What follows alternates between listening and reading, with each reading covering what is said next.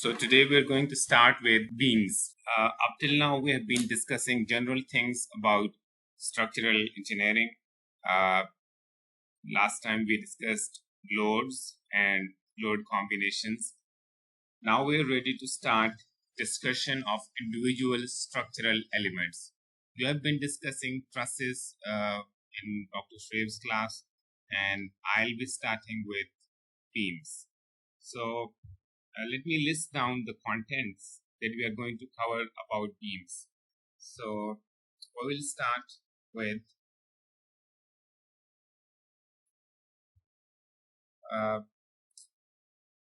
some very basic discussion about beams. So we will be discussing stability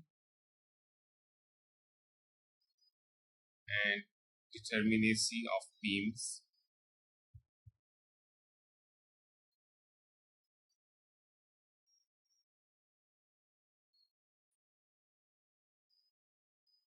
And then we will be discussing, let me show you what we need to discuss. Yeah, of course, we will be discussing finding reactions in a beam, which you know already, but we will rediscuss it. And then we will discuss internal forces in beams. We will discuss shear force and bending moment.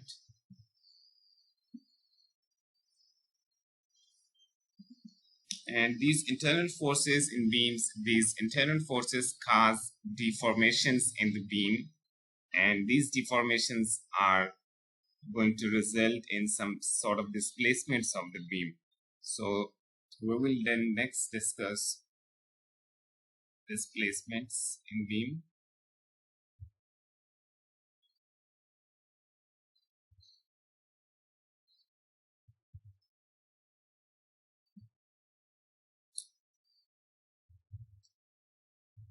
Due to internal forces. Okay. And these displacements, so then we will cover some methods to determine these displacements. Some of the methods you have already covered in your mechanics of materials course last semester, and we will develop some more methods that we can use. We will discuss at least one method, which is called unit load method. We will develop this method, and then we will be also applying this method to, in fact, similar topics we will cover for frames also.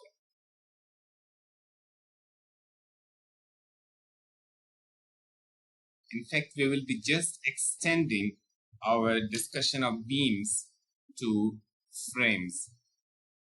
So these are the contents that we will be, then the final content, the final topic would be influence line diagram, something very important for beams. Influence line diagrams, and finally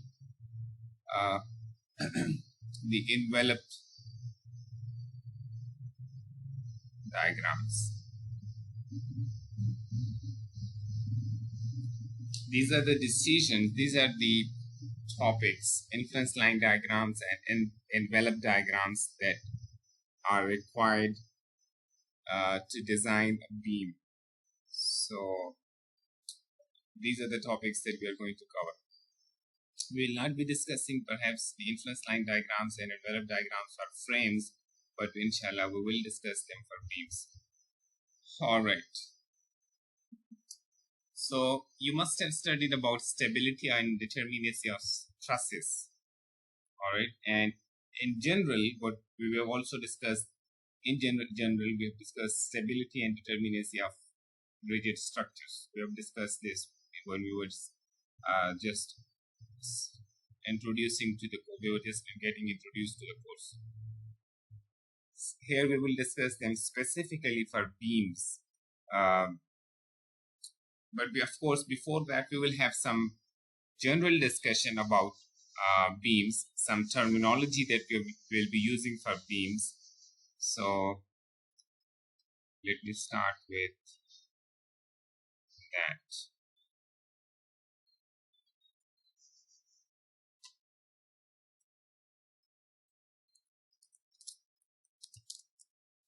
So the first is prismatic beams.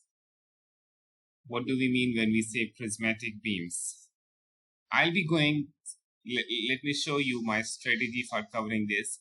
This is chapter 3 of, book by Jerome G. Connor and Fundamentals of Structural Engineering, which I've already shared with you. This is chapter number 3. So we will be going along with this book.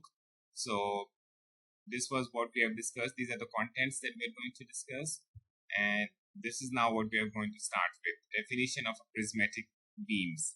So let me just copy the figures and I'll do the discussion on OneNote.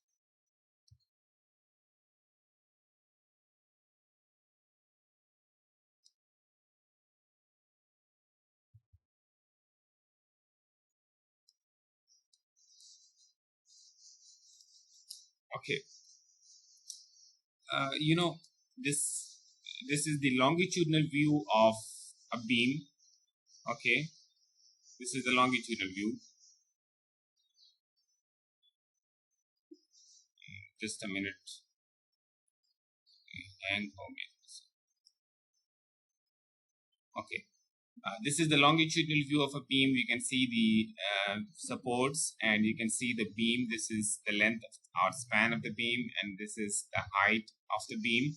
And there you can see the loading applied to the beam. Now, if you cut a section anywhere, let's say if you cut a section AA and you want to see that section, it may be a rectangular section, maybe an I-shaped section, maybe a T-shaped section, or maybe an I-shaped section, or maybe any other type of shape. But if this cross section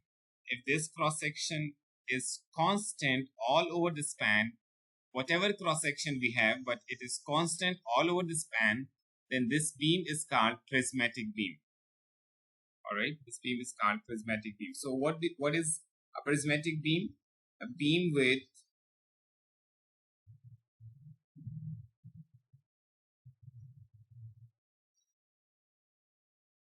constant cross section.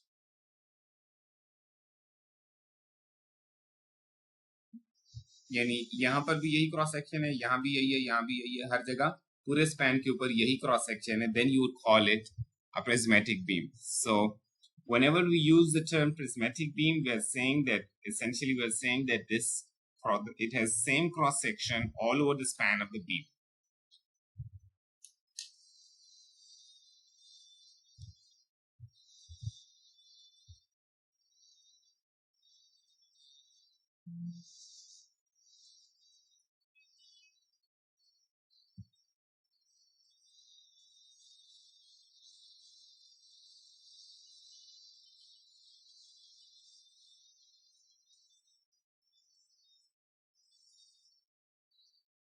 Okay, the other thing that we want to discuss about beams is so we are discussing not just prismatic beams, we are also discussing loadings on beams, how beams are loaded. We are also discussing that. So in case of trusses, you have seen that the truss members are subjected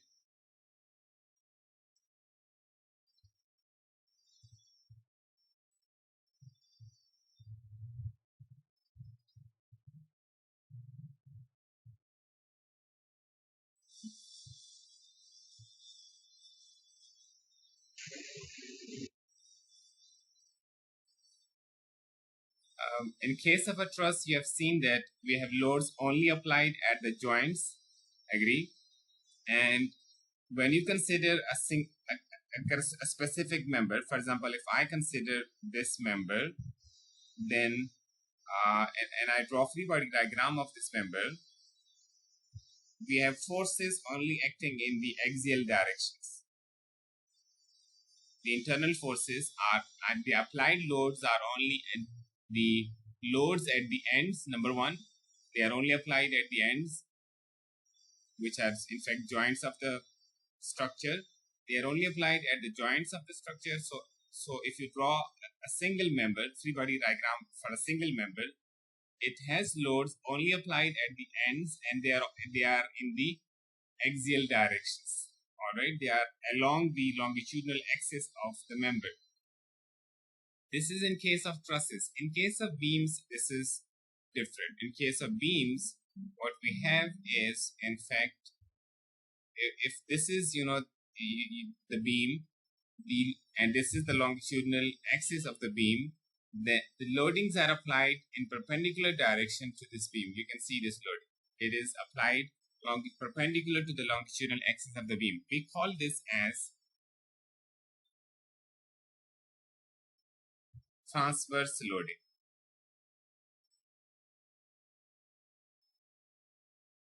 Okay, we call it as transverse loading.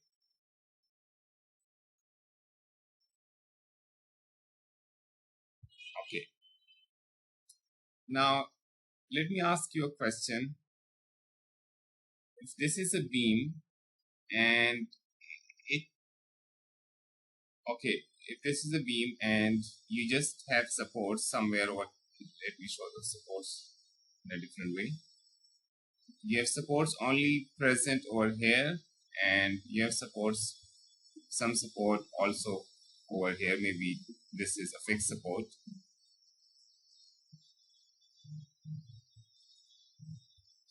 Now, if you have loads applied over here, now this is called a beam. Why? I mean, this is something we call a beam because it has loading applied in transverse direction. But the other condition for this to be called a beam is that it should be producing bending in the beam. Transverse load producing bending.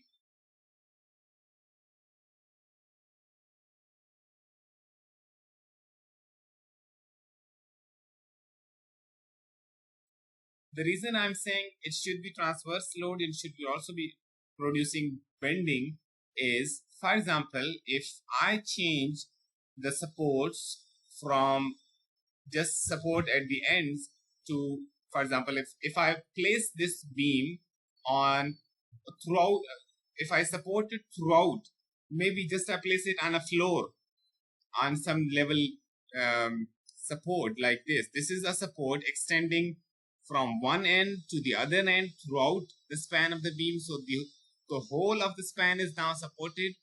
Now this cannot be called a beam. The loading is although still transverse. If you can see, this is still transverse loading. It is not, it is perpendicular to the longitudinal axis of the beam, but it is not producing any bending. It is just compressing this beam in this direction, just compressing it. So you cannot call this a beam. So it must be transverse loading producing bending. Only then you would call it a beam, because it should be transverse loading, and it should be that transverse loading should be producing bending in that member. Only then you would call it a beam. All right.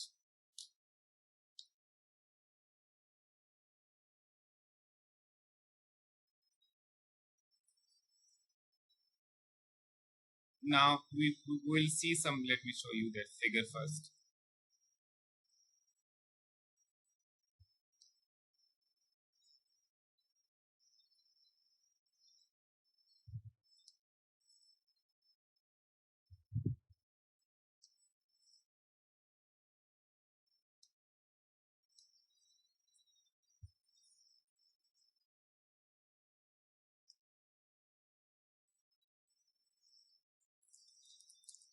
Next, we are going to discuss notations for a prismatic beam.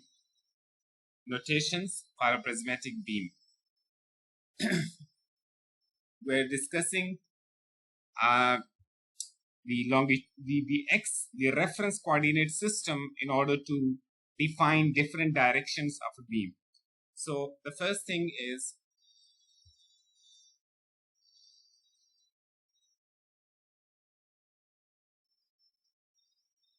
longitudinal axis. The longitudinal axis of a beam, which is along the span of the beam, will always be, it can be represented in any, you can give it any name, but in our discussion, we will be representing the longitudinal axis by x-axis. We will be calling longitudinal axis as the x-axis. As you can see over here, this is the longitudinal axis, which is along the length of the beam, and we will call it x-axis. So whenever we say x-axis of a beam, we're actually referring to the longitudinal axis of the beam. So longitudinal axis will always be the x-axis, and what next? The cross-sectional axis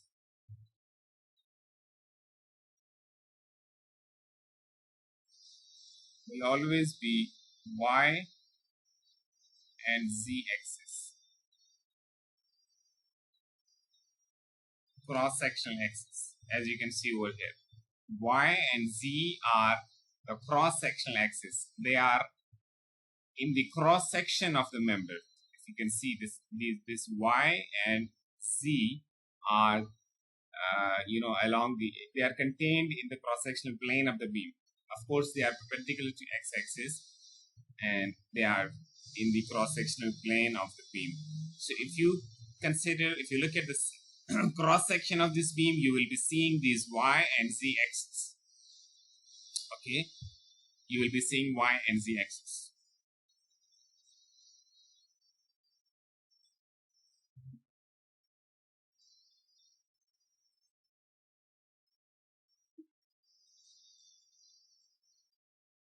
Well, the other thing about the x-axis is, of course, it is perpendicular. It is along the longitudinal axis, but where does it occur in the longitudinal axis? It occurs in the centroidal level of the. Look, if this is the cross section of the whole centroid, the x-axis passes through the centroid of the beam. Okay, so यहाँ आप इसको x-axis नहीं कहेंगे. Although this is also perpendicular, it is also along the longitudinal axis of the beam. But this is not passing through the centroid of the beam, so we will not calling this as the x-axis. So x-axis is longitudinal and passing through the centroid of the beam. X-axis is longitudinal and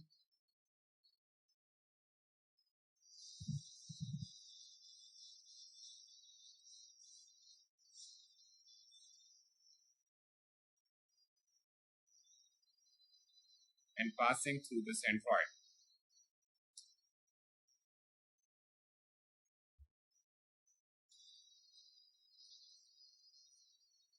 आपकी book में एक term use की गई है, मैं अभी use तो पता नहीं आपने पढ़ी है इंजीनियर मैकेनिक्स में या नहीं पढ़ी. प्रिंसिपल एक्सिस सुना है word? Principal axis engineering mechanics में पढ़ा था सेकंड सेमेस्टर में.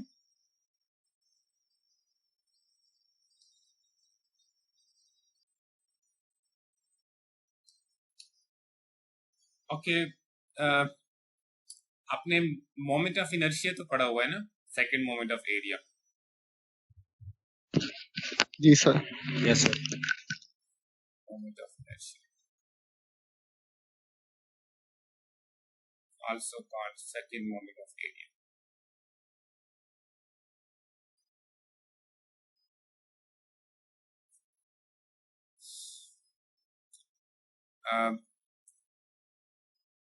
क्विकली हम उसको देखें मोमेंट ऑफ इनर्शिया को. अगर कोई भी एक बॉडी है और हम उसका, ज़ाहिर moment of inertia about certain axis होता है हमेशा, ठीक है. So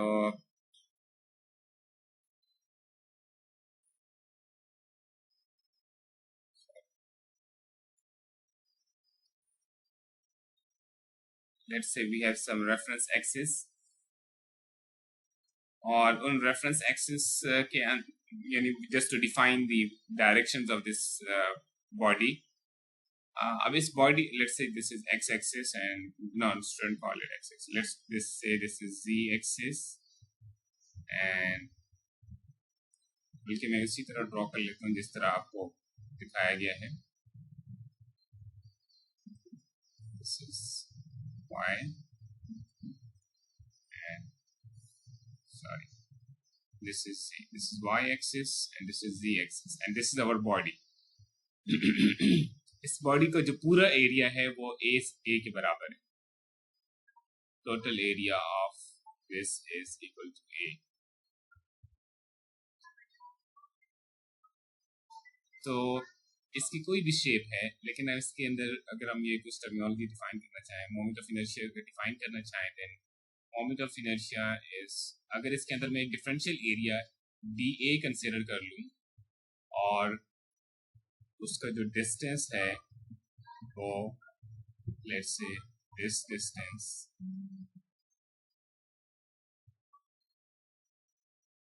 is y, okay, and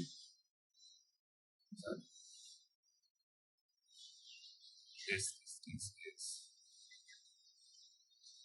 c.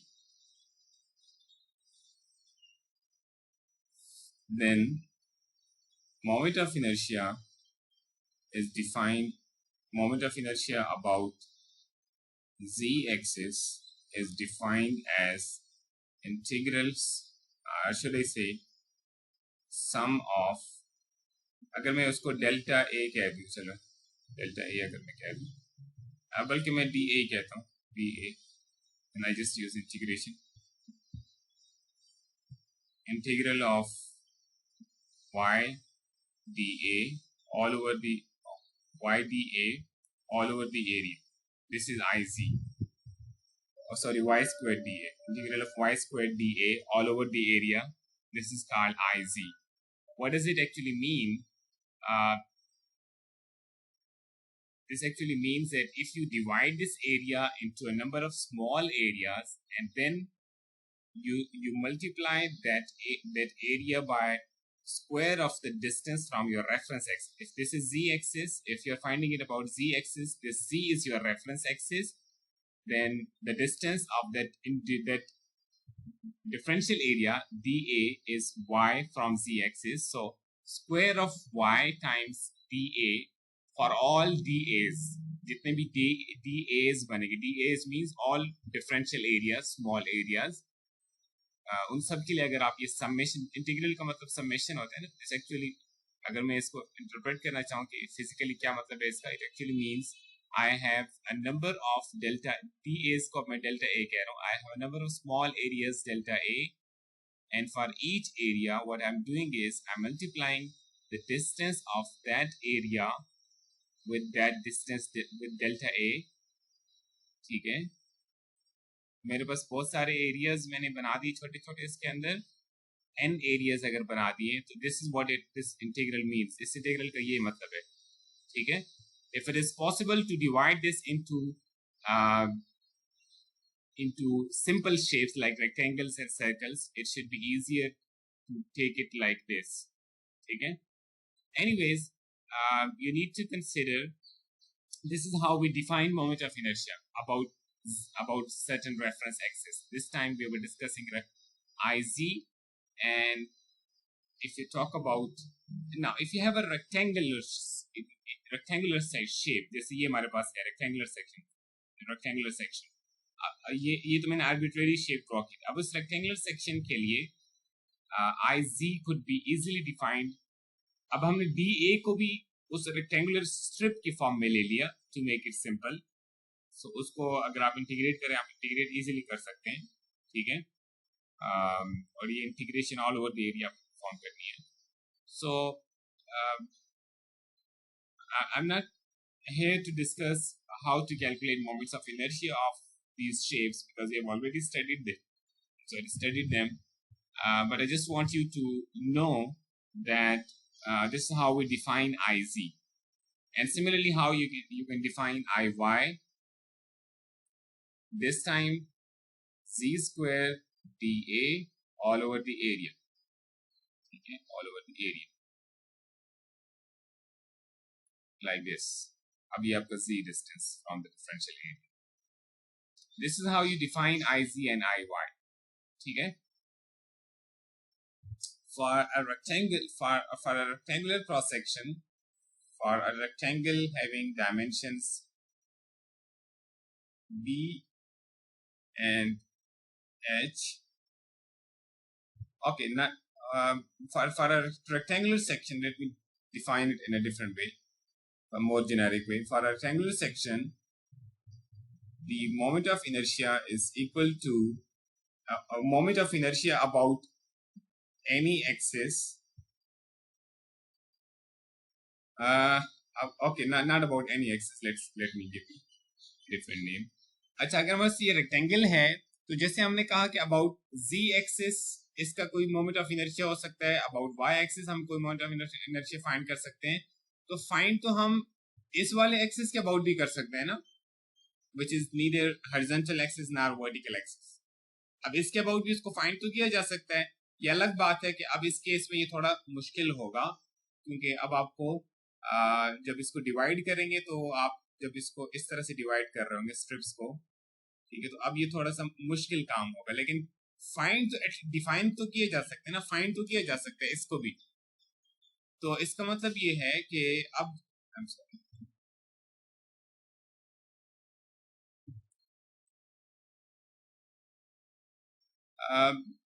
Let's say कोई एक्सिस, मैं इसको एक्सिस जस्ट लिख देता हूँ, कोई भी एक्सिस, ठीक है.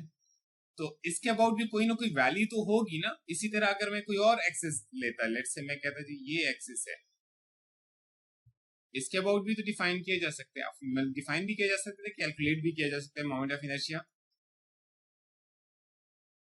प्रिंसिपल एक्सिस कौन सा एक्सिस होगा क्रॉस सेक्शन का?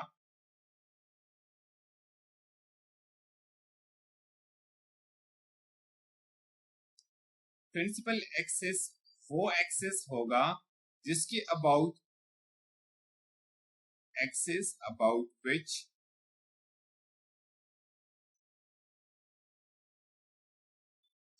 moment of inertia is either maximum or minimum. ठीक हो गया, याद रहेगा. यानी we have, like, if I can show you more clearly, एक एक्सिस ये हो सकता है, ठीक है, एक एक्सिस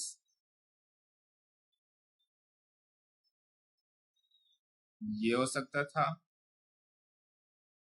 ठीक है, जो मैं कंसिडर कर रहा हूं. एक एक्सिस ये हो सकता था,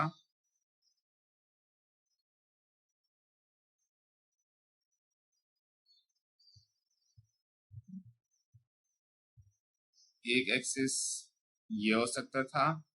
यानी we can pass infinite axis through this, through a single point, वो जो कि सेंट्रॉइड है इसका. उन सब के अबाउट कोई ना कोई मोमेंट ऑफ इनर्शिया की वैल्यू है. लेकिन प्रिंसिपल एक्सिस किस वाले एक्सिस को कहेंगे? जिसके अबाउट मोमेंट ऑफ इनर्शिया या मैक्सिमम हो या मिनिमम हो. तो मैं उसकी डेरिवेशन में तो नहीं जा रहा कि हम कैसे इसको कह सकते हैं कि कौन सा यानी ये मैक्सिमम है या मिनिमम है, कौन सा वाला एक्सिस प्रिंसिपल एक्सिस कहेंगे. लेकिन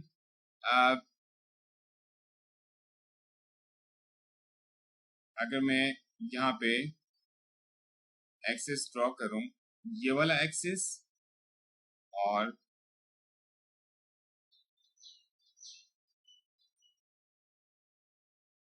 ये वाला एक्सिस, ये जो दो एक्सिस हैं, इनके अबाउट जब आप फाइंड करेंगे तो आपका जो आंसर आएगा, एक आंसर मैक्सिमम बनेगा, एक मिनिमम बनेगा.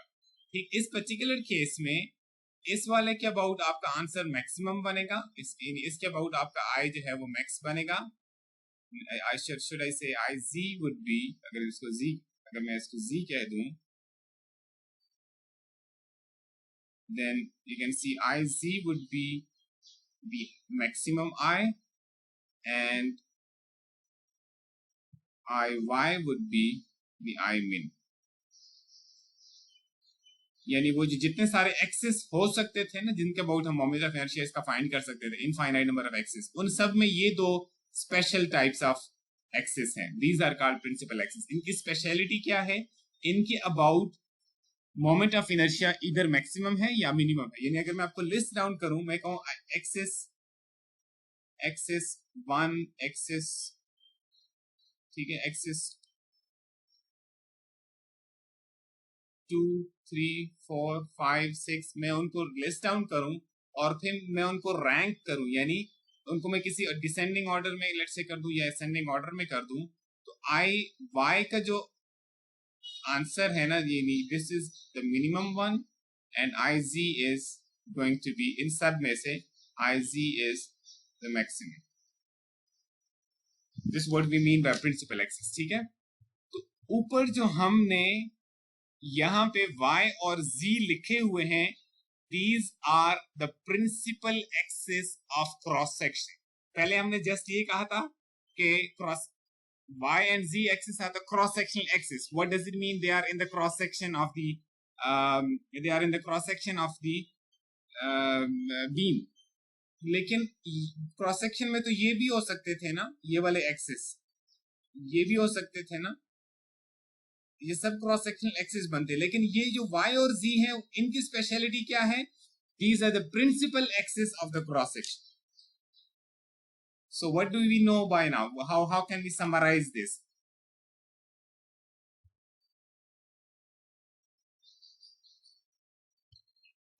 Sir, two main axes perpendicular to each other on a surface are principal axis. With respect to surface. Sorry, बार पूछिएगा. सर मैंने कहा दो ऐसे एक्सिस जो एक दूसरे के परपेंडिकुलर हो किसी सरफेस पे, वो प्रिंसिपल एक्सिस हैं जिन पे मोमेंट ऑफ इनर्शिया मैक्सिमम और मिनिमम होगा. आप यानी अपने वर्ड्स में रीडिफाइन कर रहे हैं उसको, moment of inertia, sorry, principal axis को. प्रिंसिपल एक्सिस को जी सर. जी, आपने क्या डेफिनेशन रिवर्ड की है? क्या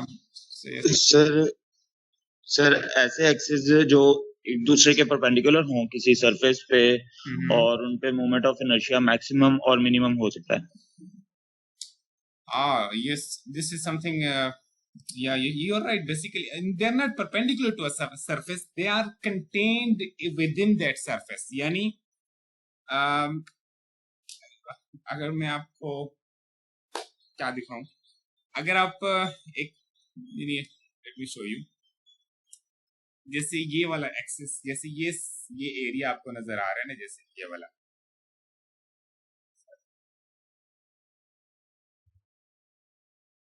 जैसे ये एक सरफेस तो नहीं हम कहेंगे, वर्ड सरफेस का वर्ड यूज होता है ऐसी चीज के लिए, ऐसे एरिया के लिए जिसको आप टच कर सकते हो. जैसे ये ना, ये एक सरफेस है, ये एक सरफेस है ऊपर से जो आपको नजर आ रहा है, ये भी एक सरफेस है जो फ्रंट से नजर आ रहा है, ये भी एक सरफेस है जो फ्रंट से नजर आ रहा है. लेकिन क्रॉस सेक्शन का मतलब होगा, यानी हम जो यहाँ पे बात कर रहे हैं वो क्रॉस सेक्शनल एरिया की बात हो रही है. ठीक, यानी अगर मैं इसको ड्रॉ करूं, यानी इस तरह से है वो जो हम बात कर रहे हैं, यानी वो एक इंटरनल जगह पे कट लगाने के बाद जो एरिया एक्सपोज हुआ है ना, उसकी बात हो रही है हमारी. ठीक, ये है हमारा, ठीक, इसकी बात हो रही, ये वाला एरिया है.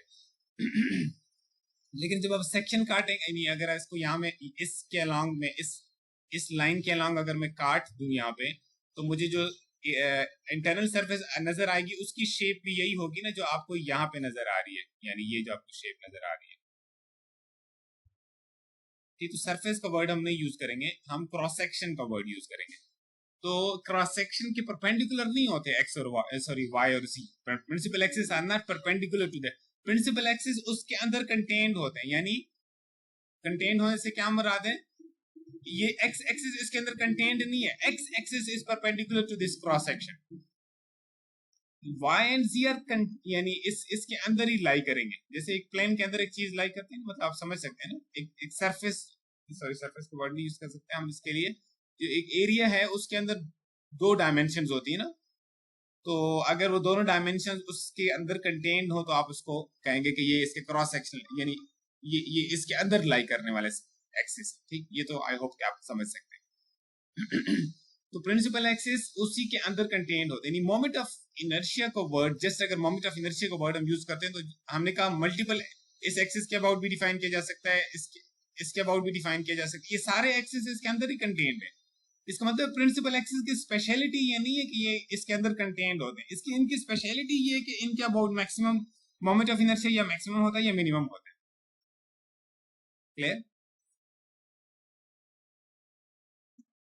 Yes, sir. Yes, sir.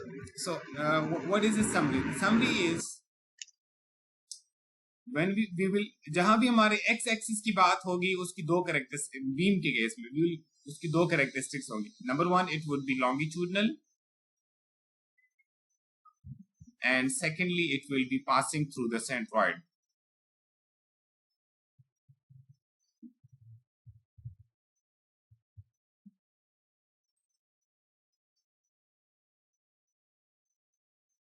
And secondly we have y and z axis. इनकी क्या कैरेक्टरिस्टिक्स हैं? These are cross sectional axis,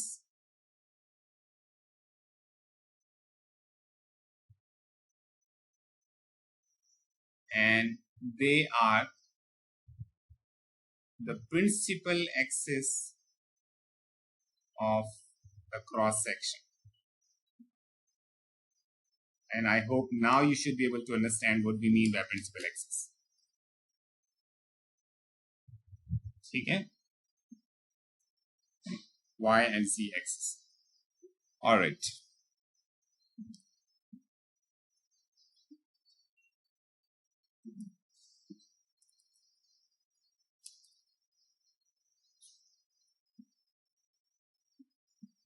अच्छा, एक और चीज जो मैं ऑन द गो यहाँ पे डिस्कस करते जाऊं, अगर हमारे पास एक क्रॉस सेक्शन है रेक्टेंगुलर, ठीक, हम रेक्टेंगुलर क्रॉस सेक्शन की बात कर रहे हैं,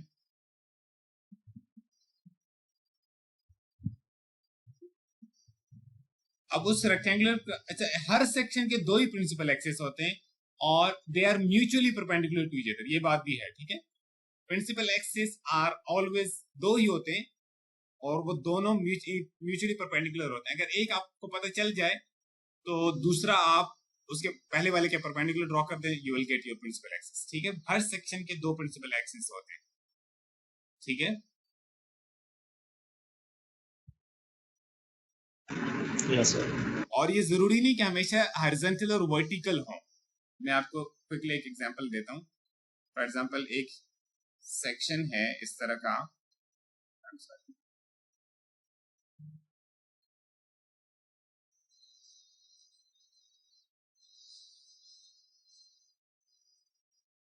एंगल सेक्शन, या आप इसको यस एंगल सेक्शन, ठीक है।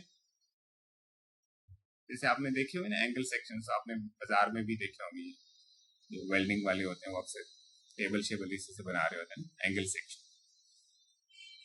सो अब इस एंगल सेक्शन के जो प्रिंसिपल एक्सिस हैं, they are not going to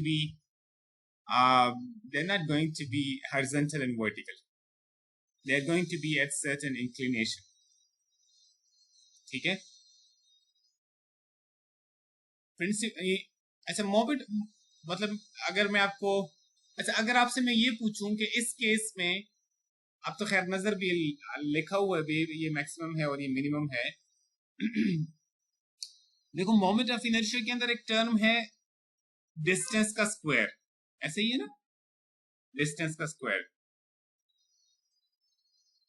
तो आप किसी मतलब अगर मैं z एक्सिस के अबाउट मोमेंट ऑफ इनर्शिया की बात कर रहा हूं ना, तो आप अगर थोड़ा सा सेंस लेना चाह रहे हो कि ये कौन सी वैल्यू बड़ी होगी, आई जी बड़ा होगा या आई वाई बड़ा होगा, जिस एक्सिस से, अच्छा मैं पहले एक और बात कर दूं, ये y और z दोनों सेंट्रोइडल एक्सिस से मराद ये कि इन z एक्सिस भी पूरे सेक्शन को ऐसे डिवाइड कर रहा है कि एक तरफ ऊपर वाला एरिया और नीचे वाला एरिया बराबर है, ठीक। ये सेंट्रोइडल एक्सिस ऐसा करता होता है, दोनों तरफ जो एरियाज है ना वो बराबर होते हैं सेंट्रोइडल एक्सिस के।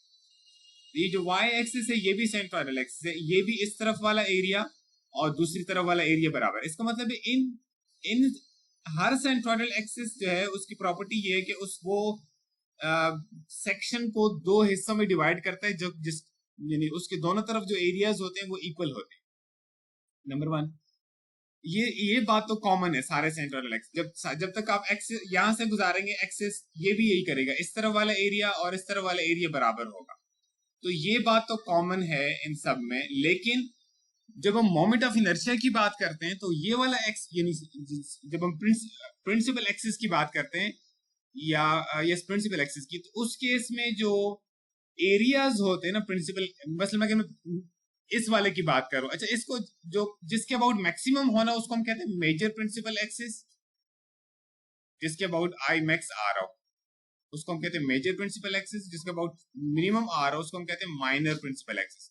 दो प्रिंसिपल एक्सिस होते हैं ना, एक मेजर एक माइनर, आई मैक्स वाला मेजर और दूसरा जो है वो माइनर कहलाएगा, माइनर एक्सिस, ठीक है। Major principal axis and minor principal axis.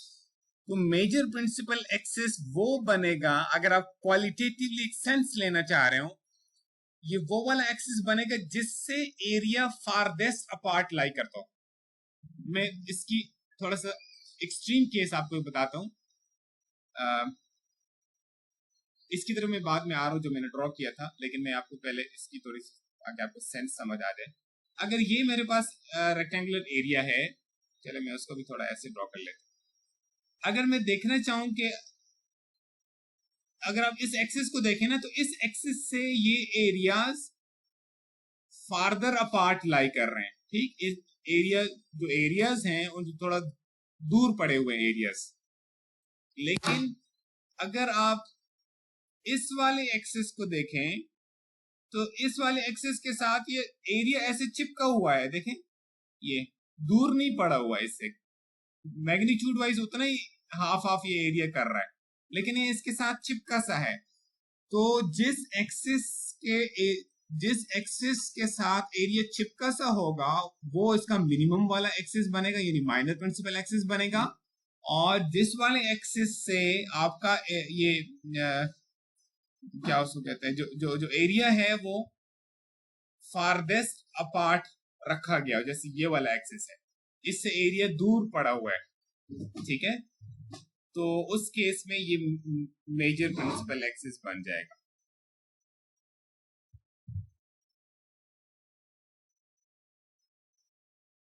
Major principal axis और ये माइनर प्रिंसिपल एक्सिस, ठीक है। अच्छा अगर मैं आपसे कहूं कि इस चैनल सेक्शन के इसके भी दो प्रिंसिपल एक्सिस हैं। अच्छा हर प्रिंसिपल एक्सिस को लोकेट करने से पहले आपको एक काम करना पड़ेगा जो कि आप ये है कि इसका सेंट्रॉइड लोकेट करना, क्योंकि हर प्रिंसिपल एक्सिस जो है वो जितने भी हमने इसके ऊपर एक्सिस गुजार रहे हैं वो सारे सेंट्रॉइडल एक्सिस गुजार रहे हैं, यानी पासिंग थ्रू द सेंट्रॉइड हमने गुजारने हैं, ठीक है। मैं इसको रीड्रॉ कर रहा हूँ, जस्ट अ मिनट, मैं इसको रीड्रॉ कर रहा हूँ।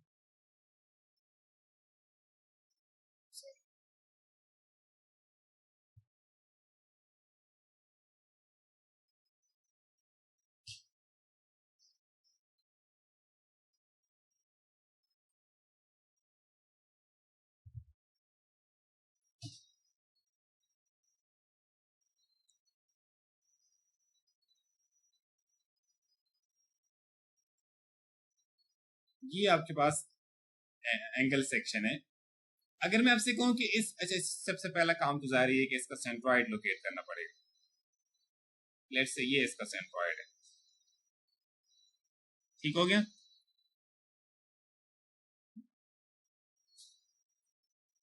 या अंदाजन ये लेट्स से यहाँ पे करके बन जाता है, ये सेंट्रोइडल एक्सिस है इसका। अच्छा, अब आप मुझे ये बताएं कि अगर मैं आपको ये बता दूं कि इसका एक प्रिंसिपल एक्सिस, सॉरी, इसका एक प्रिंसिपल एक्सिस ये है और दूसरा जो प्रिंसिपल एक्सिस है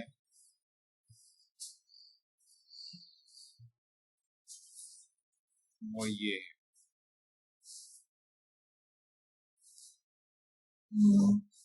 तो या इस केस में चले आपके लिए गेस करना थोड़ा मुश्किल होगा। I want to make it easy for you to guess. मैं इसको थोड़ा सा और मैं जी सेक्शन ड्रॉ करने जा रहा हूँ, ठीक।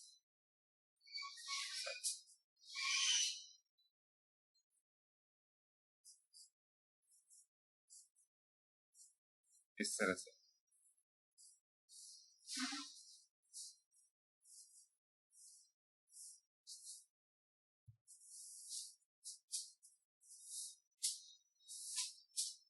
अगर मैं आपको, अच्छा इसमें भी ज़ाहिर है पहले आपको तो सेंट्रॉइड लोकेट करना पड़ेगा। लेट्स से इसका सेंट्रॉइड ये है। अच्छा, व्हाट नेक्स्ट?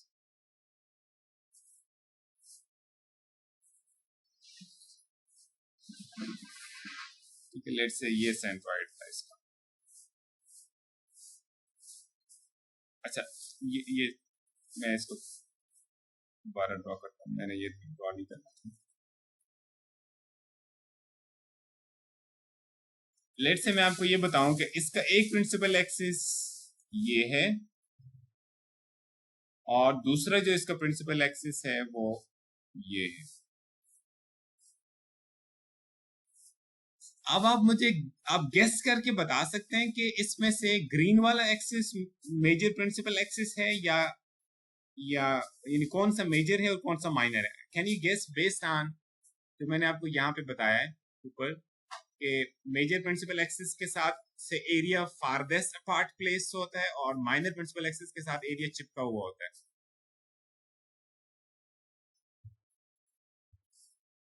आपके ख्याल में कौन सा मेजर है कौन सा माइनर है? सर रेड वाला मेजर है और ग्रीन वाला माइनर है। Yes, this is the major principal axis and this is the minor principal axis.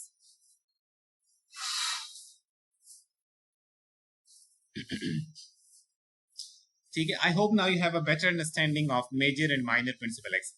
तो लिहाजा अच्छा, most of the times हम, जैसे मैंने कहा ना कि y and z के बारे में हमने कहा, y and z axis are the cross sectional axis and they are both principal axis of the cross section. अब नेक्स्ट सवाल ये कि दोनों किस वाले को y कहेंगे किस वाले को z एक्सिस कहेंगे।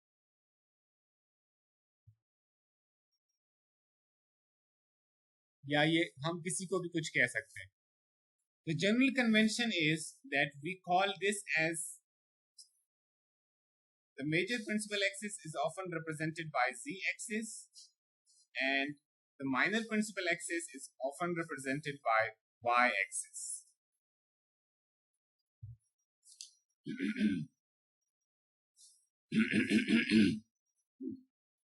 इसका मतलब ये हुआ कि इस वाले केस में this will be the z axis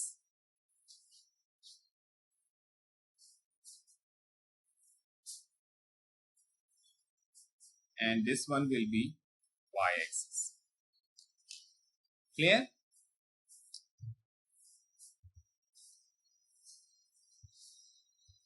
Yes.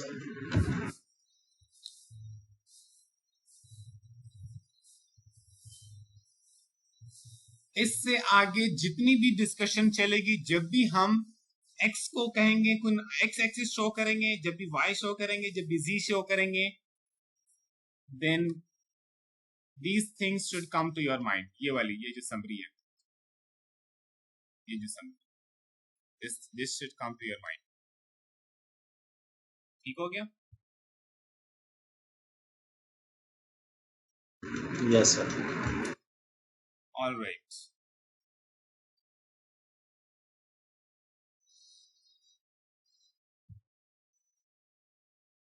अच्छा, इसी के ऊपर सॉरी बिल्ड करता हुआ मैं एक और बात करने जा रहा हूं। आपने ये फार्मूला तो पढ़ा होगा ना?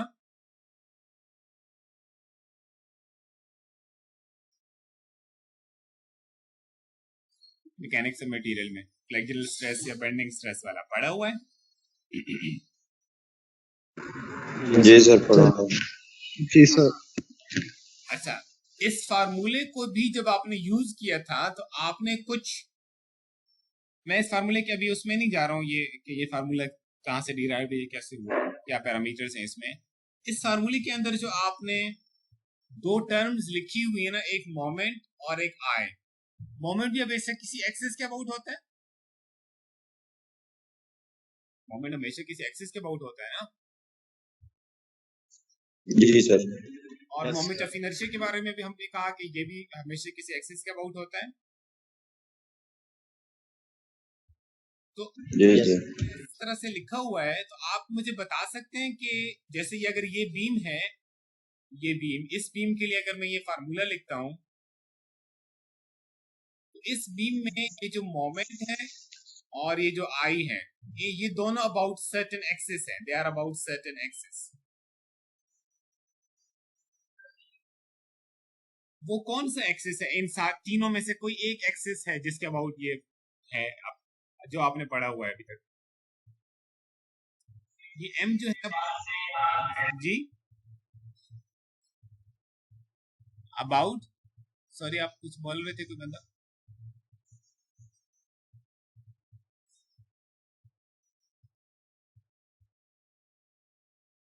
ये बता दो, ये मोमेंट किस एक्सिस के अबाउट है और ये आई जो है ये एक ही एक्सिस के अबाउट है। किस एक्सिस के अबाउट है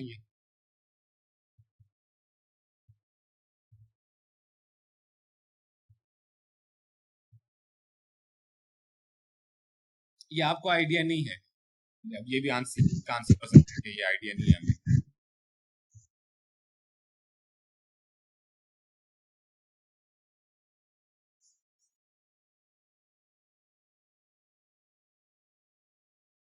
या तो कुछ पता है या नहीं पता, लेकिन कुछ तो बोल दो। 20 बंदे बैठो। Sir, moment about z-axis.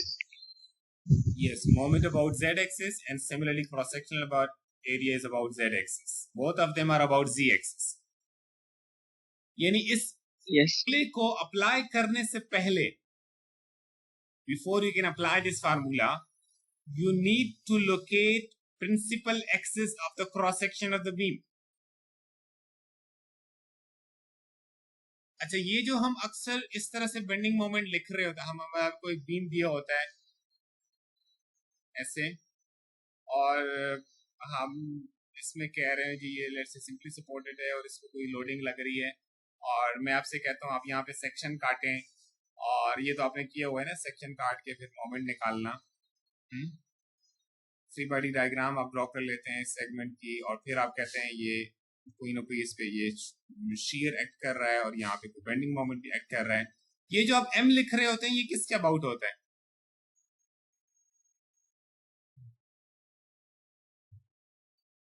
Z के।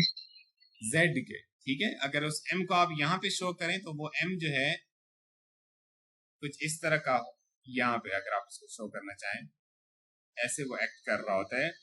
अगर आप अपने फिंगर्स को कर्ल कर लेंगे, अपने आप, हम फिजिकल क्लास में तो है नहीं कि मैं आपको दिखा सकूं, लेकिन अगर आप अपने फिंगर्स को, यानी फोर जो आप थंब को छोड़ के बाकी जो आपकी 4 फिंगर्स हैं इनको अगर आप कर्ल कर लेंगे, point them along x axis and then curl it in the sense of this rotational axis, rotational जो आपको एरो नजर आ रहा है, तो आपका जो थंब है ना ये z की तरफ पॉइंट करेगा, यानी अबाउट पॉजिटिव z कर सकता है या अबाउट नेगेटिव z कर सकता है। तो ये जो आप कहते हैं ना कि, अच्छा वैसे आपने ये पढ़ा हुआ है ना कि ये जो है ये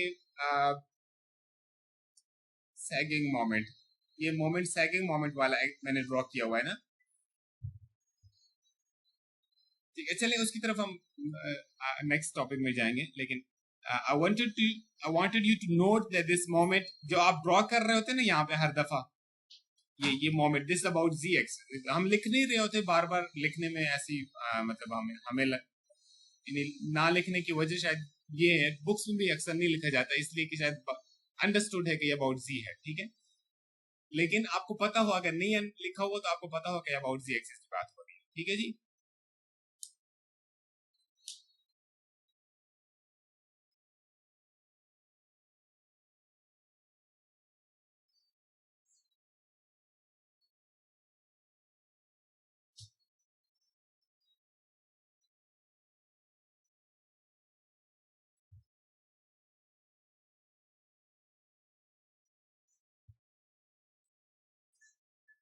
Okay, next is planar loading.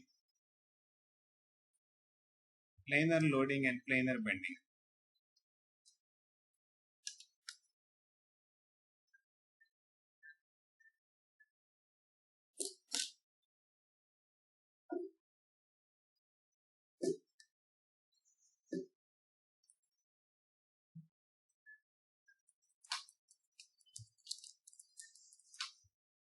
Planar bending.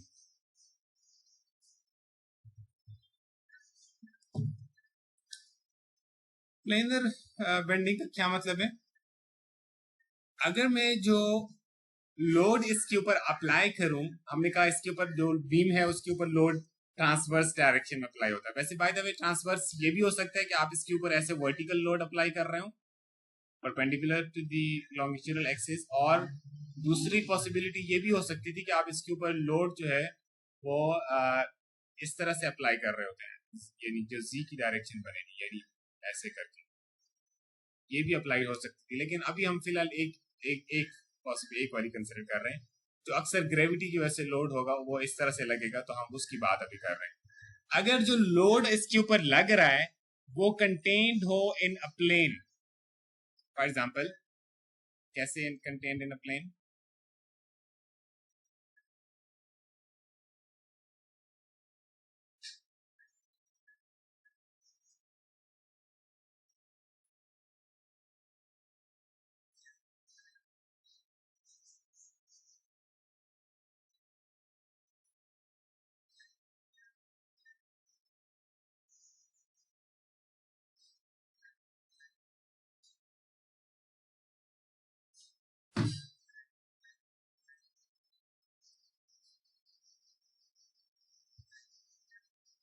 अगर जितनी भी लोडिंग लग रही है, अगर वो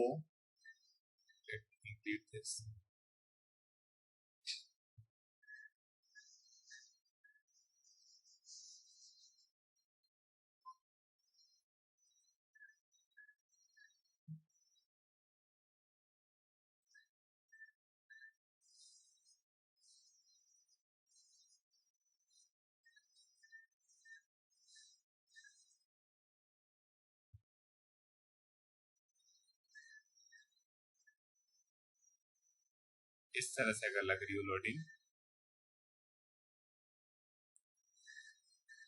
अब ये लोडिंग इस एक्स वाई प्लेन में कंटेन्ड है, एक्स वाई प्लेन में। अच्छा, अगर इस तरह से लोडिंग लगे कि लोड एक्स वाई प्लेन में कंटेन्ड हो, तो ये जो बेंड, ये जो इसका एक्स एक्सिस है, ये यानी ये बीम बेंड होगा ओनली इन एक्स एक्स, यानी ये डिस्प्लेस होगा only in the X Y plane and it will not displace about towards G. G के अबाउट ये सॉरी अबाउट जी नहीं कहना चाहिए, टुवर्ड्स जी इसकी कोई डिस्प्लेसमेंट नहीं होगी अगर ये इस तरह से लोड लगेगा। अगर आपका लोड एक्स वाई प्लेन में कंटेन होगा, और अब जब मैं एक्स और वाई की वर्ड यूज कर रहा हूं, अब आपके माइंड में वो चीजें आनी चाहिए जो हमने पहले डिस्कस कर दी कि एक्स का क्या मतलब है, वाई का क्या मतलब है, जी का क्या मतलब है। अगर इसमें लोडिंग एक्स वाई प्लेन में कंटेन्ड है तो ये प्लेनर बेंडिंग होगी, यानी ये bending purely X Y plane में होगी, जी के अंदर कोई प्लेन, कोई जी की तरफ कोई डिस्प्लेसमेंट नहीं होगी। यानी अगर मैं डिस्प्लेसमेंट को यू से रिप्रेजेंट कर दूं तो U G will be zero, और जाहिर है इस केस में एक्सियल डिफॉर्मेशंस को, अगर हम एक्सियल डिस्प्लेसमेंट को नेग्लेक्ट, बीम में चूंकि नेग्लिजिबल ही होती हैं, तो इसमें सिर्फ यू वाई प्रोड्यूस होगा, वर्टिकल डायरेक्शन में डिस्प्लेसमेंट सिर्फ प्रोड्यूस होगा।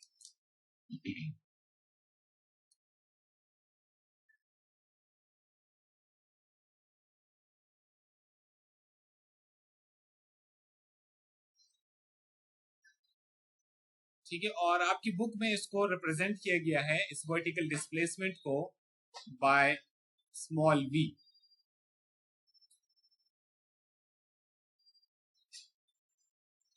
जस्ट अ मिनट में ये अस्सलाम वालेकुम सर।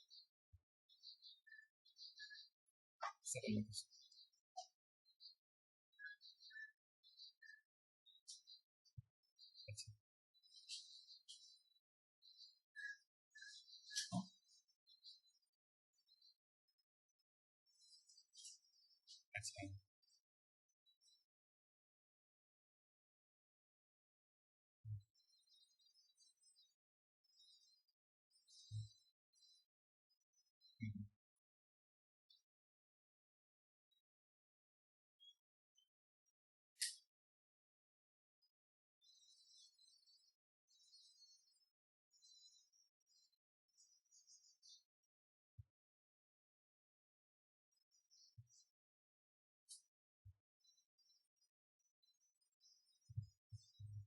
अच्छा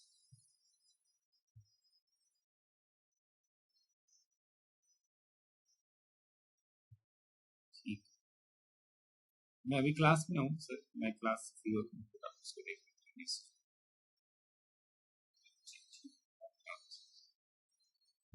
11 बजे तक, ठीक 11 बजे तक क्लास है।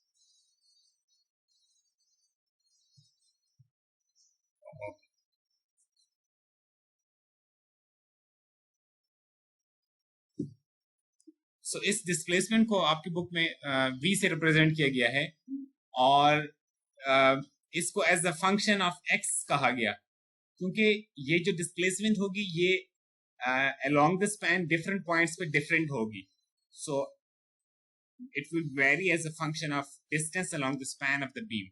So ये एक कर्व लाइन बन जाएगी।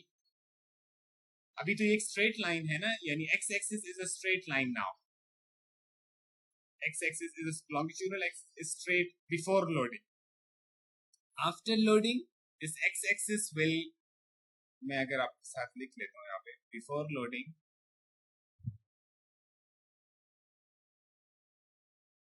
x axis is straight, after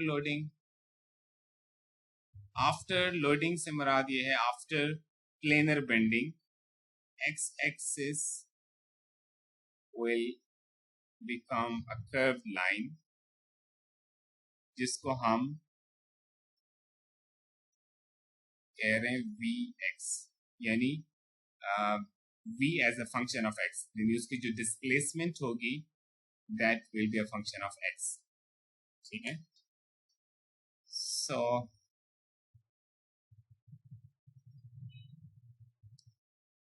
this was about planar loading, planar bending, and next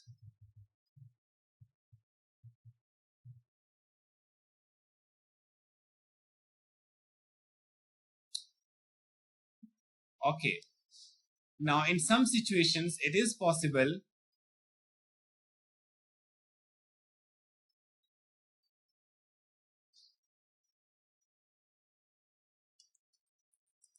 let me write it down first.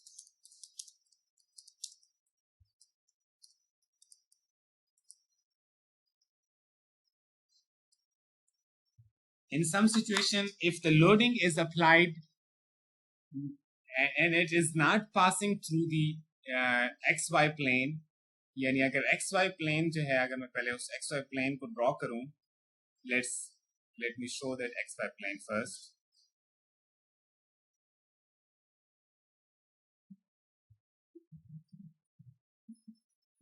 xy plane इस तरह से है, ठीक है, आप इसको बाकी आप कंप्लीट कर सकते हैं इसको।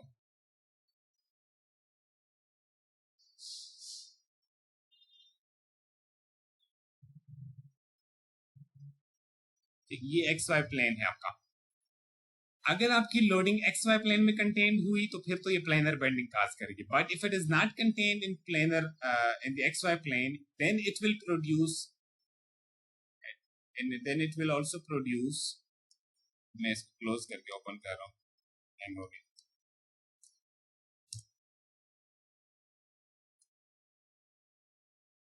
अगर वो लेट्स से यहाँ पे लगेगी लोडिंग, अगर मैं पहले एक रेफरेंस लाइन ड्रॉ करने जा रहा हूँ लोडिंग के लिए।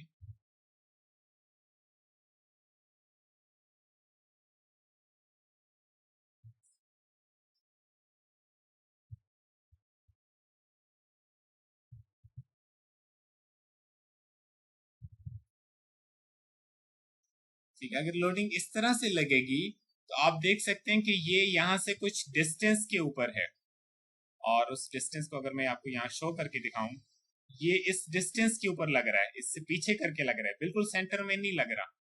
तो इसको हम कहेंगे एक्सेंट्रिसिटी ऑफ लोड, एक्सेंट्रिसिटी। ठीक, और अगर आप इसको क्रॉस सेक्शन में देखेंगे तो क्रॉस सेक्शन में कुछ इस तरह से नजर आएगा। मसलन अगर आप ये इस क्रॉस सेक्शन को देखें, या अगर मैं आपके लिए ड्रॉ करूं इस क्रॉस सेक्शन को, सॉरी,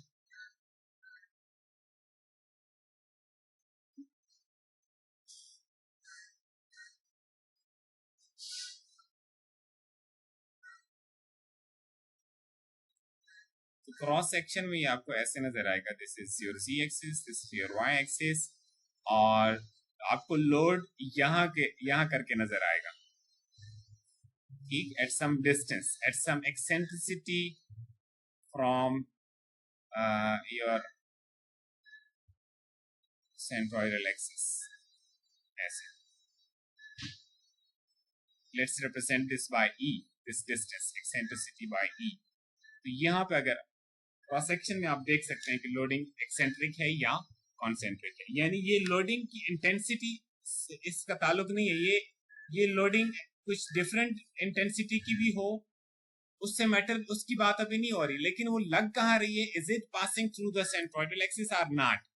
ठीक है, तो अगर इस तरह की सिचुएशन होगी, then it will produce bending, it will produce bending as well as twisting। अब ये बेंड भी होगा सेक्शन और ट्विस्ट भी होगा। ठीक है, in that case it will produce combined bending and twisting।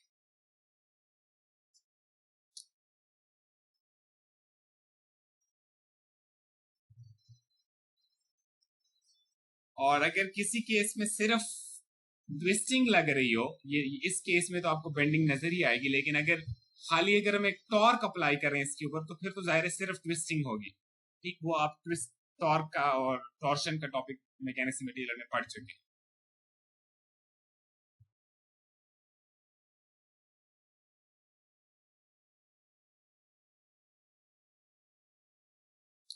So now let's have a look at stability and determinacy of beams.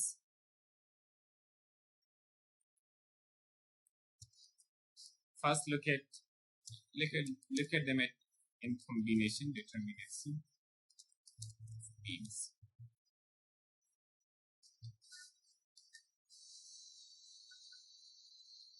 Well, stability के लिए आसान डेफिनेशन ये है, there must be at least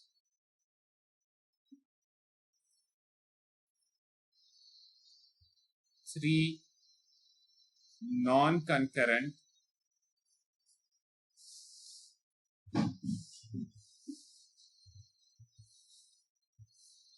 restraints,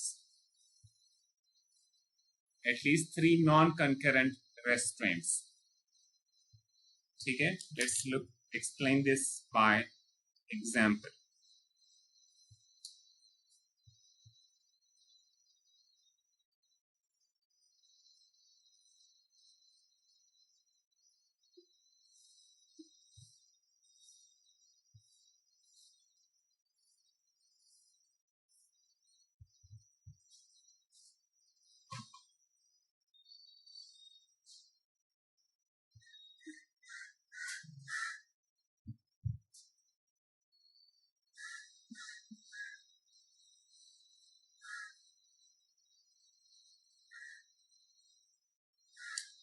Well, we are discussing only the planar beam systems। ठीक है जी, हम जो discuss कर रहे हैं stability and determinacy, this is only for planar beam systems. ठीक है, प्लेनर बीम सिस्टम से मुराद ये है कि इसके ऊपर जो लोडिंग है वो यानी ये इसको एज अ प्लेन एलिमेंट हम कंसिडर कर रहे हैं, not as a 3D element. ठीक है, एज अ लाइन एलिमेंट है और प्लेनर बीम सिस्टम है ये, यानी एक डायरेक्शन में what we mean by that is कि जैसे ये है आपके, या अगर मैं इसको दिखाऊं आपको, एक डायरेक्शन में इसका स्पैन जाएगा और दूसरी जो डायरेक्शन है उसमें लोड लग रहा होगा, बस that's what planar beam system would look like। यानी जो इसमें z डायरेक्शन है उसके अंदर इसकी तरफ कोई डिस्प्लेसमेंट नहीं प्रोड्यूस होंगी, उसकी तरफ कोई लोड भी, यानी ना कोई लोड लगेगा अलोंग z, ना कोई z के अलोंग कोई डिस्प्लेसमेंट होगी। So everything is in the X Y plane. ठीक है, z एक्सिस एग्जिस्ट कर रहा है लेकिन x ना उसकी तरफ कोई लोड लग रहा है, यानी हम ना कोई इस डायरेक्शन में z के अलोंग इसको कोई लोड लगा रहे हैं, ना इसके अंदर z के अलोंग कोई डिफॉर्मेशंस होंगी। So this is what a planar beam system would look like. So planar beam system के लिए you need at least 3 non-concurrent restraints. Let's look at examples. जैसे ये है, अब ये 3 vertical reactions produce करेंगे ना, 3 जो roller supports हैं। ठीक है, तो अब इसमें we have 3 constraints but they are all parallel to each other। horizontal direction में कोई constraint नहीं है, so this is unstable beam। इसी तरह इस बीम को देखिए, ये भी अनस्टेबल है। क्यों भला? क्योंकि इसको जब लोड लगेगा तो ये आल्दो इसमें भी 3 रेस्ट्रेंट्स है, एक ये और एक ये, लेकिन इनको अरेंज इस तरह से किया गया है कि ये इसको कोई लोड लगेगा तो इसको ये रोक नहीं सकेंगे, यानी इसके अंदर रिजिड बॉडी मोशन होगी जब आप इसके ऊपर लोड लगेंगे। ये पूरा बीम ही एज अ होल, ये बीम ऐसे रोटेट होगा। ठीक है, अबाउट ए ऐसे ये रोटेट होगा जब इसको लोड लगेगा। ठीक है, सो ये भी अनस्टेबल है। अब इसको देखें, ये स्टेबल है, ये स्टेबल है। ठीक है, तो I hope you understand stability by now. आप उसमें ट्रसेस में भी आपने डिटेल में इसको डिस्कस किया हुआ है। Next we talk about determinacy.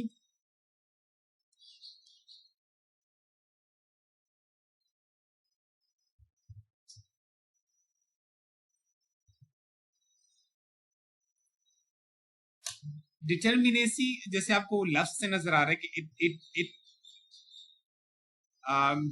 it is about whether you are able to determine something or not। वो जो something है वो मैं बताने लगा हूँ, पहले भी डिस्कस कर चुके हैं, लेकिन ये डिटर्मिनेसी से आपको यानी वर्ड से ही समझ आ जानी चाहिए कि it is about being able to determine something or not। अच्छा, अगर हम support reactions को, if support reactions can be found using equilibrium equations alone,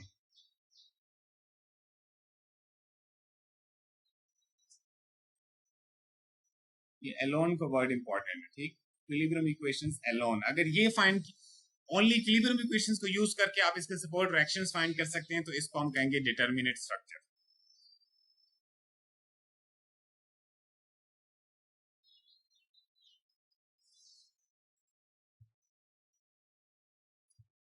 ठीक है, या आप जनरली रिएक्शंस कह लें, छोड़ दें।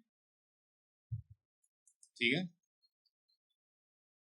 तो फिर इसको डिटरमिनेट कहेंगे। alone का वर्ड इंपॉर्टेंट है।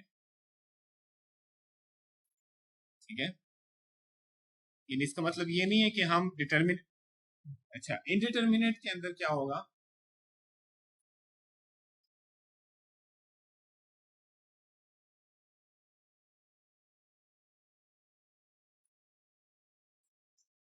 you cannot find reactions using equilibrium equations alone। ठीक है, Fractions cannot be determined using equilibrium equations alone.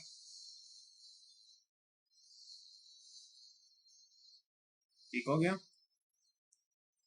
For example,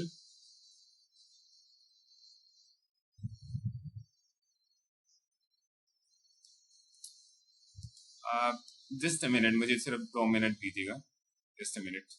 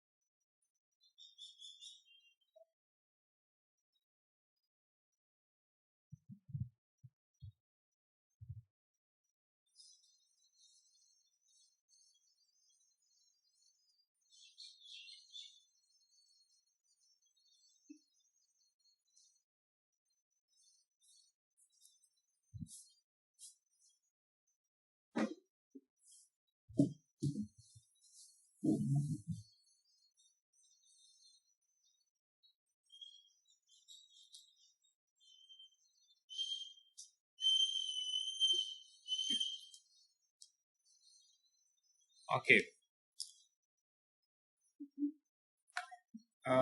So we were discussing about determinacy and stability and determinacy. We have discussed stability, and now we're going to discuss determinacy. We have discussed that if we can find the reactions using equilibrium equations alone, then the beam would be determinate. And if it is not possible to determine the reactions using equilibrium equations alone, then the beam is called indeterminate beam. Now let's look at an example. This is a stable beam. First, if we look at the stability, this is a stable beam. And what about determinacy? Is it determinate or indeterminate?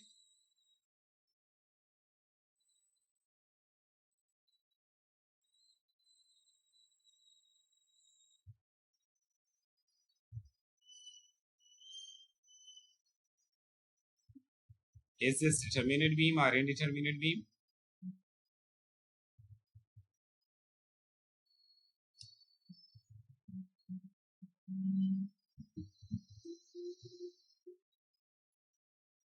ये बताएं। Sir ये आगे वो teams की वो show हो रही है, मतलब स्लाइड नहीं शो हो रही अब सर।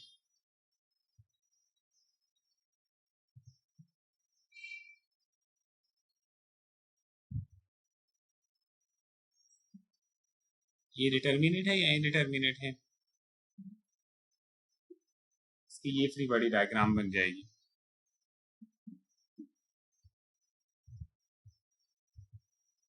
सर ये स्टैटिकली डिटर्मिनेट बीम है। डिटर्मिनेट है। अच्छा, डिटर्मिनेट का मतलब है हम इसका reactions using equilibrium equations alone find कर सकते हैं। तो हमारे पास इक्विलिब्रियम कंडीशंस तो इक्वेशंस तो तीन है ना, summation fx equal to 0, summation fy equal to 0 and summation m about any point equal to 0।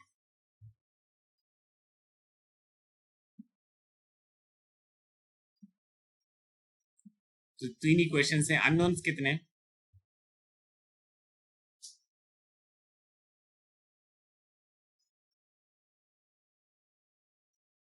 Unknowns कितने? सर तीन ही अननोन हो गए जो rates R A R B और R C. R A R B और R C. R X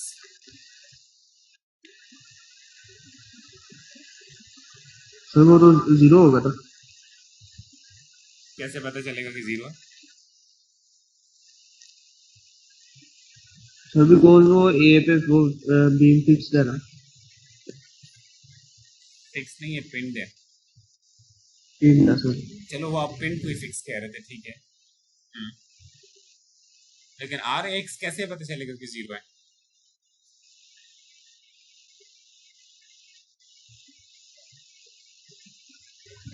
sir extraction में सिर्फ यही एक sorry sorry sir x direction में सिर्फ यही एक रिएक्शन लग रहा है सर, यही एक लग रहा है। लेकिन अच्छा ठीक है, इसका मतलब एक्स डायरेक्शन में चूंकि एक ही रिएक्शन है तो उसको हम फाइंड कर सकते हैं, लेकिन उसको फाइंड करने के लिए आप क्या यूज करेंगे? Summation F X equal to 0 use करेंगे ना?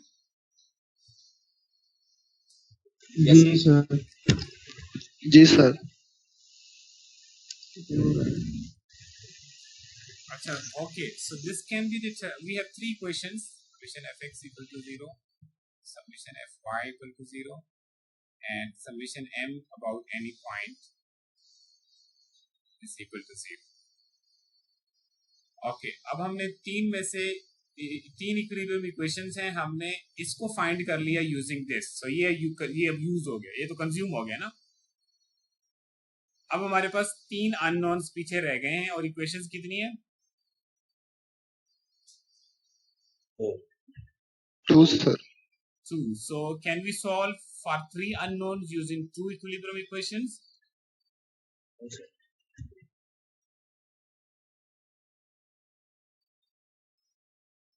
Can we solve for 3 unknowns using only two equations only? No, sir. No. So we have one additional reaction, one extra reaction in this beam. Extra से मुराद ये है कि अगर वो ना भी होता तब भी बीम स्टेबल रह सकता था. मसलन अगर मैं कहूँ कि ये जो बी पे सपोर्ट है ये ना भी होता तब भी बीम मेरा स्टेबल था, सिंपली सपोर्टेड बीम बन जाती. तो बीम ने तो फिर भी स्टेबल रहना था अगर ये ना होता. तो इसका मतलब है जो मुझे स्टेबिलिटी के लिए रिएक्शंस चाहिए थे उससे भी एक ज्यादा है, यानी स्टेबल तो है ही, लेकिन जो स्टेबिलिटी के लिए मिनिमम नंबर ऑफ रिएक्शन मुझे चाहिए थे उससे भी एक ज्यादा, उसको इसलिए हम इसको कहते हैं redundant reaction. So we have वो जो एक्सेसिव हमारे पास रिएक्शंस है ना उसको हम कहते हैं redundant.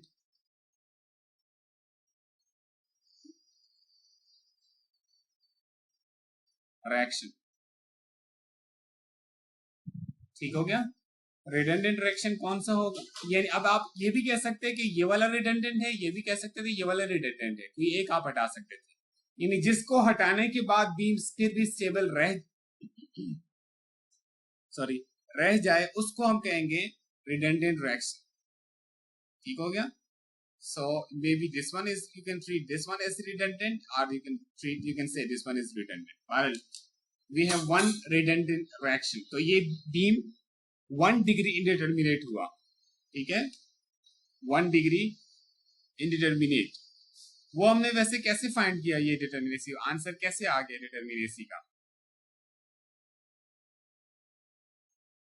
So degree of indeterminacy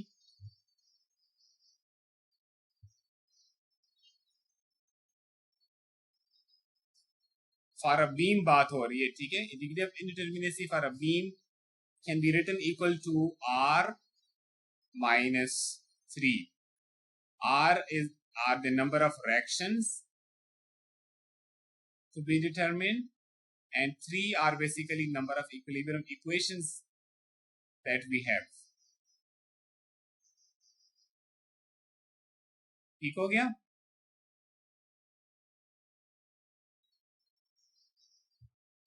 अभी ये Yes, sir. इस वक्त तक की डिस्कशन के लिए ये फार्मूला है, degree of indeterminacy equal to r minus 3, but then we will have to modify this formula as we encounter some different types of beams. I'll discuss them in a while.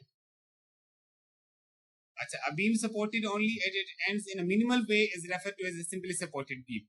अगर वो बीच वाला ये वाला अगर ये वाला है ना होता तो ये एक simply supported beam बन जाता. ओके. और इसको हम कहेंगे टू स्पैन कंटिन्यूअस बीम है, यानी कंटिन्यूअस क्यों हम कह रहे हैं कि इसके अंदर कंटिन्यूटी है. ये एक ही बीम ये 3 सपोर्ट्स के ऊपर पड़ा हुआ, एक हिंज 2 रोलर, एक ही बीम जो है वो सपोर्ट है, ठीक है, वो सपोर्टेड है 3 जगहों पे ए बी सी के ऊपर.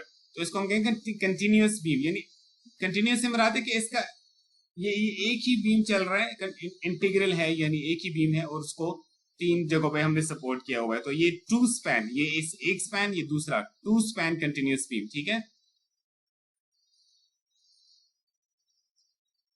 नाउ नेक्स्ट इज इसी का सब टॉपिक है, यानी determinacy of a beam with moment release. Moment release का क्या मतलब है? लेट्स से ये एक बीम है, जैसे ऊपर आपको नजर आ रही थी ये बीम, उस तरह की बीम, लेकिन इस बीम में हमने एडिशनली ये काम कर दिया कि ये जो डी पॉइंट है, डी पॉइंट के ऊपर इसको एक हिंज इंसर्ट कर दिया है.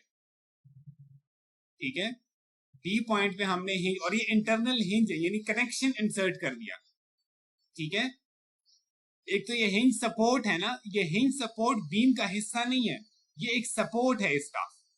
ठीक है, ये रोलर सपोर्ट बीम का हिस्सा, यानी खुद बीम का हिस्सा नहीं है, बीम को एक सपोर्ट करने वाली चीज है, ये भी एक सपोर्ट है. ये एक्सटर्नल हिंज है, ये बीम खुद नहीं है, ये बीम के साथ कोई एक्सटर्नल चीज लगी हुई है जो इसका सपोर्ट कर रही है. इसको हम कहते हैं इंटरनल हिंज. ये बीम ही के 2 हिस्सों के बीच में जोड़ लगा हुआ है, यानी ए बी डी जो हिस्सा है और सी डी हिस्सा, इनके बीच में एक हिंज कनेक्शन लगा हुआ है. ठीक है, इसको हम कहेंगे. तो अगर इस तरह का बीम हो जिसमें कोई इंटरनल हिंज लगा हो, इसको हम कहते हैं इसी हिंज को हम मोमेंट रिलीज भी कहते हैं। मोमेंट रिलीज इसलिए कहते हैं कि ये बीम इस लोकेशन पे मोमेंट को यानी रोटेशन को रेजिस्ट नहीं कर सकता। ठीक है, मैं आपको एक मिसाल देता हूं। मसलन ये बीम है ऊपर, ये बीम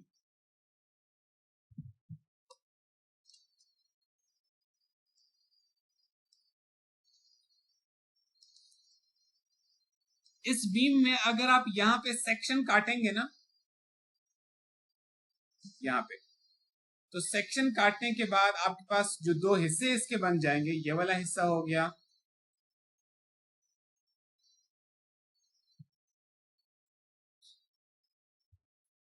ए बी, और अगर इसको मैं कोई भी नाम देना चाहूं, अगर मैं डी कह दूं इसको, ए बी डी, ये हिस्सा बनेगा। और दूसरा हिस्सा इसका बनेगा ये वाला हिस्सा,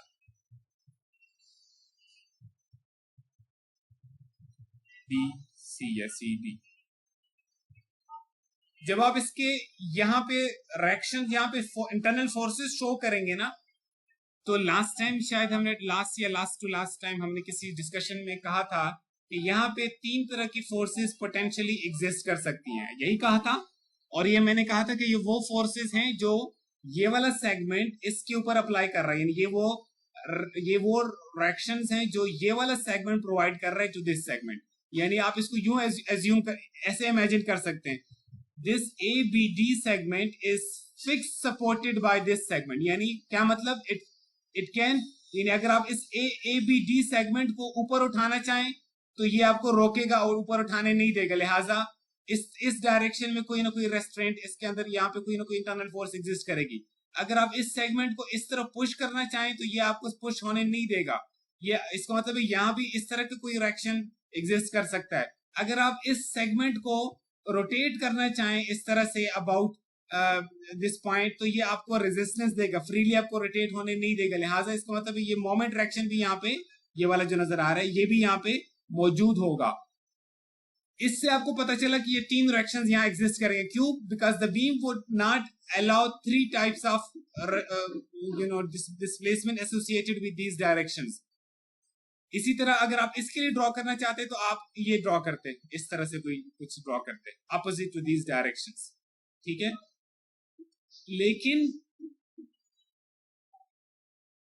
अच्छा, अगर मैं इसी बीम में यहाँ पे, अगर मैं यहाँ पे इंटरनल हिंज इंट्रोड्यूस कर दूं, मैं जस्ट वाइंड अप कर रहा हूं इसको, इंटरनल हिंज इंट्रोड्यूस कर दूं, तो अब ये हो जाएगा कि ये बीम यहाँ पे रोटेशन को प्रेजेंट नहीं कर सकती।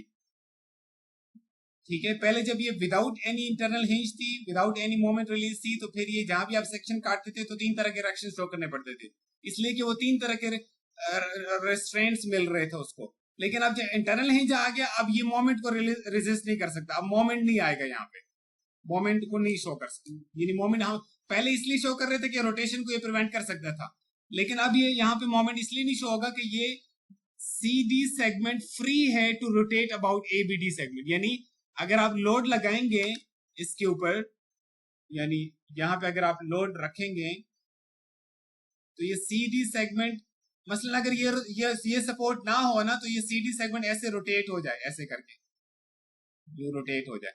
अब यहाँ पे चूंकि सपोर्ट मौजूद है और ये जो इंटरनल हिंज है, इसका मतलब ये नहीं कि ये वर्टिकल डायरेक्शन नहीं प्रोवाइड कर सकता, ये वर्टिकल डायरेक्शन प्रोवाइड कर सकता है, लेकिन ये सिर्फ रोटेशन को अलाउ करेगा। ठीक है, अच्छा, अब इस इंटरनल हिंज के इंट्रोड्यूस करने से, अच्छा पहले हमने डिस्कस कर लिया ना कि ये बीम इंटरनली, ये बीम हमने कहा था 1 डिग्री इंडिटरमिनेट है, यही हमने कहा पहले विदाउट इंटरनल हिंज जब थी ये बीम। लेकिन अब इसमें इंटरनल हिंज यहाँ पे डाल दी हमने, तो अब इस इंटरनल हिंज के डालने की वजह से ये बीम डिटरमिनेट बन जाएगी। कैसे भला?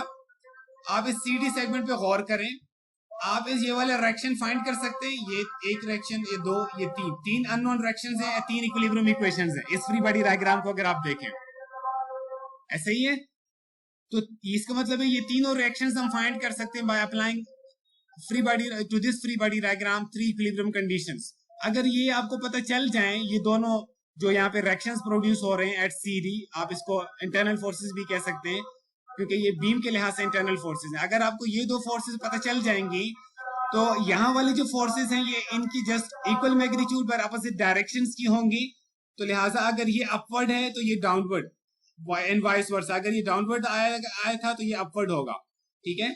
और अगर ये इस तरफ है ये वाला रिएक्शन, तो ये इस तरफ होगा ये वाला जो रिएक्शन है, यानी इनके मैग्नीट्यूड्स वही हैं लेकिन डायरेक्शंस अपोजिट होंगी बाय न्यूटन्स थर्ड लॉ, ये हम डिस्कस कर चुके हैं। अच्छा, अगर ये आपको पता चल गया लिहाजा ये भी पता चल गए। अब आप जरा इस वाली फ्री बॉडी डायग्राम पे गौर कीजिएगा। एक ये रिएक्शन आपने निकालना है, एक ये निकालना है और एक ये निकालना है। ये तीन अननोन्स है ना, और तीन इक्विलिब्रियम इक्वेशन है इस वाली फ्री बॉडी डायग्राम के लिए भी। तो इसका मतलब है इनको भी आप फाइंड कर सकेंगे। What does it mean? इस पूरी बीम के आपने ये वाले रिएक्शंस भी निकाल दिए, ये वाला भी निकाल दिया, ठीक है, और ये भी निकाल दिया। ये चारों रिएक्शंस आपने अब निकाल दिए। अब आप क्यों निकाल सके? Because you inserted an internal hinge in this beam. इसका मतलब है our equation, final equation for degree of indeterminacy would be given by r minus 3 minus n, where n is the number of internal hinges.